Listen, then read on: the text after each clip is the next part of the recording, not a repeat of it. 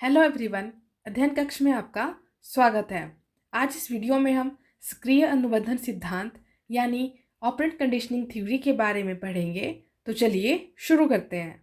Operant conditioning theory यानी सक्रिय अनुबंधन सिद्धांत यह B.F. स्किनर के द्वारा दिया गया।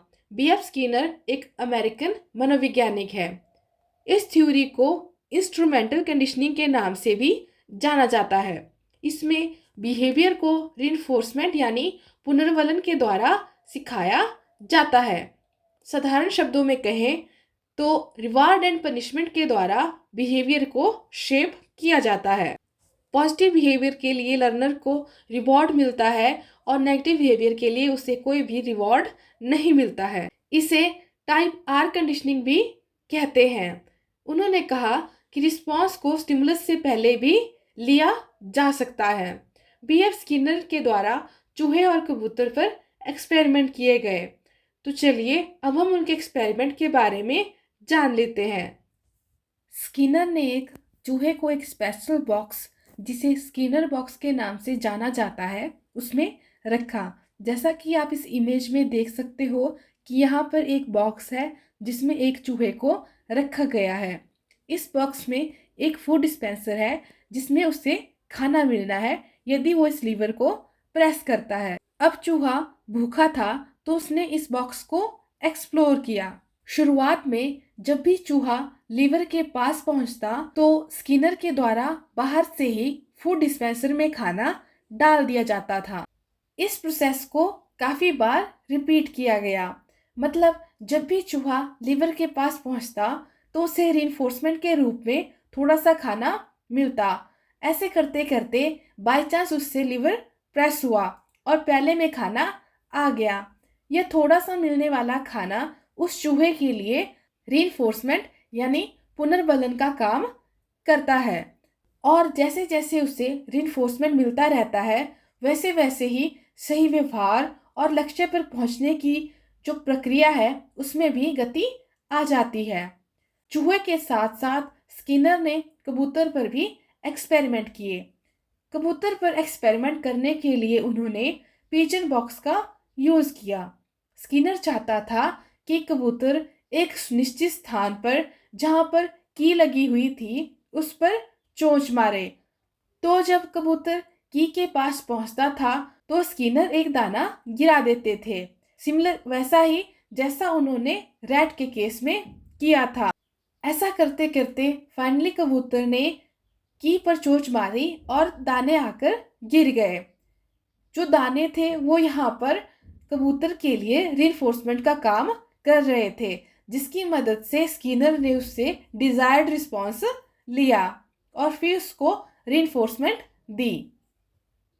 अभी हमने दोनों एक्सपेरिमेंट में जाना कि स्किनर का लक्ष्य था कि पहले डिजायर्ड रिस्पॉन्स तक पहुंचना है और उसके बाद स्टिमुलस देना है।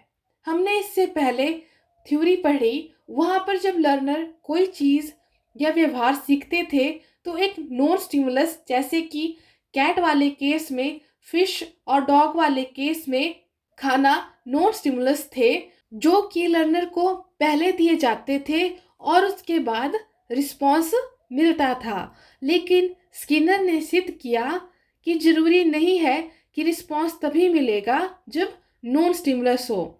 हम स्टिमुलस से पहले भी रिस्पॉन्स ले सकते हैं या हमें स्टिमुलस से पहले भी रिस्पॉन्स मिल सकता है।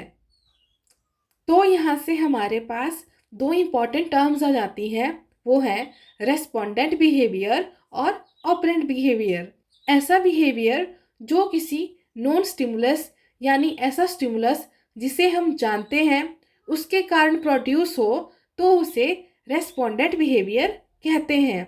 और ऐसा बिहेवियर जो किसी नॉन स्टिमुलस की वजह से नहीं होता उसे हम ऑपरेंट बिहेवियर कहते हैं।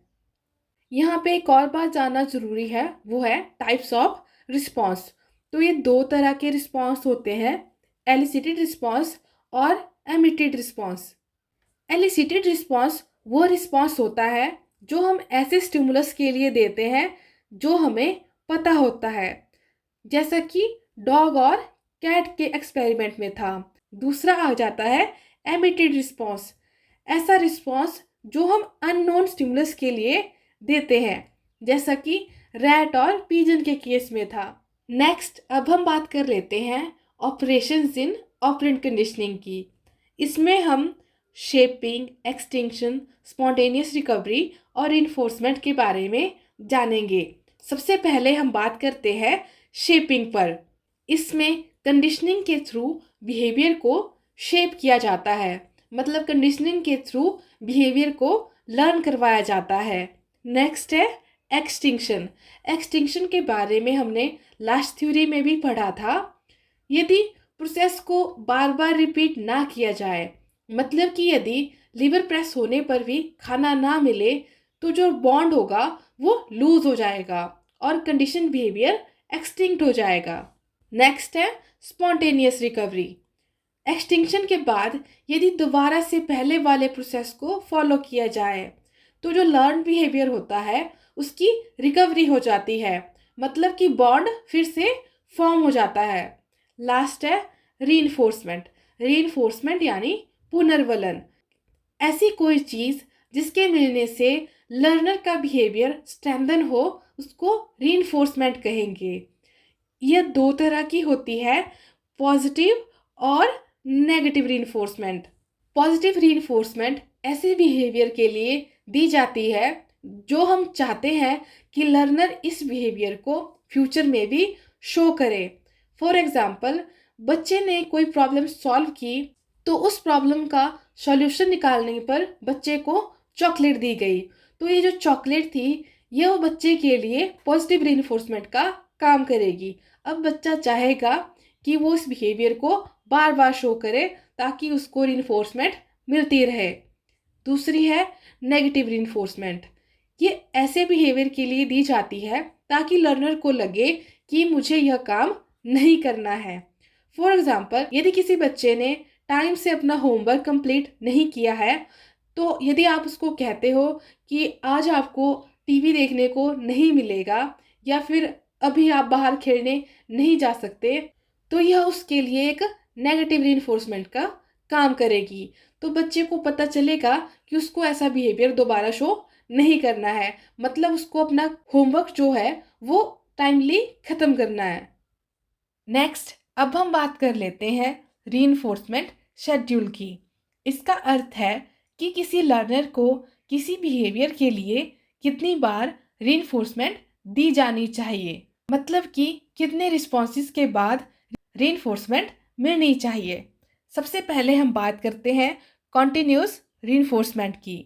जैसा कि नाम से पता चल रहा है, कॉन्टिन्यूस मतलब वो रीइंफोर्समेंट जो कॉन्टिन्यूसली दी जा रही है, मतलब कि बच्चे के किसी भी रिस्पॉन्स को बिना रीइंफोर्समेंट के जाने नहीं दिया जाएगा।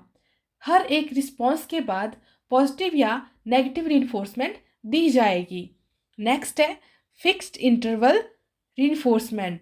इसमें एक फिक्स्ड टाइम इंटरवल पर रीइंफोर्समेंट दी जाएगी। फॉर एग्जाम्पल, हर 20 या 30 मिनट के बाद रीइंफोर्समेंट दी जाएगी। नेक्स्ट है वेरिएबल इंटरवल रीइंफोर्समेंट। इसमें इंटरवल फिक्स नहीं होगा, वो वेरी करता रहेगा, मतलब कभी कभार आप 10 मिनट और कभी कभार आप 20 मिनट के बाद रीइंफोर्समेंट दोगे। मतलब इसमें लर्नर को कभी कभार 10 मिनट बाद या कभी कभार 20 मिनट के बाद रीइंफोर्समेंट मिलेगी। नेक्स्ट है फिक्स्ड रेशो रीइंफोर्समेंट।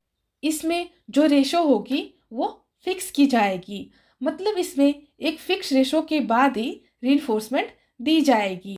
इसमें कुछ नंबर ऑफ रिस्पॉन्सेस को फिक्स कर दिया जाएगा। फॉर एग्जाम्पल, यदि आपने फिक्स किया है कि यदि बच्चा 5 क्वेश्चन सही सॉल्व करेगा तो आप उसको रीइंफोर्समेंट दोगे।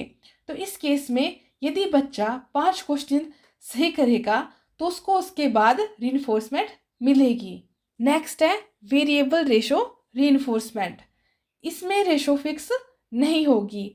यदि हम क्वेश्चन वाले एग्जाम्पल को लेके चलें तो इस केस में कभी 2 क्वेश्चंस के बाद, कभी एक क्वेश्चन सही होने के बाद रीइंफोर्समेंट मिल सकती है, क्योंकि इसमें रेशो फिक्स नहीं की हुई है। आई होप कि आपको ऑपरेंट कंडीशनिंग थ्योरी और रीइंफोर्समेंट शेड्यूल अच्छे से समझ आ गए होंगे।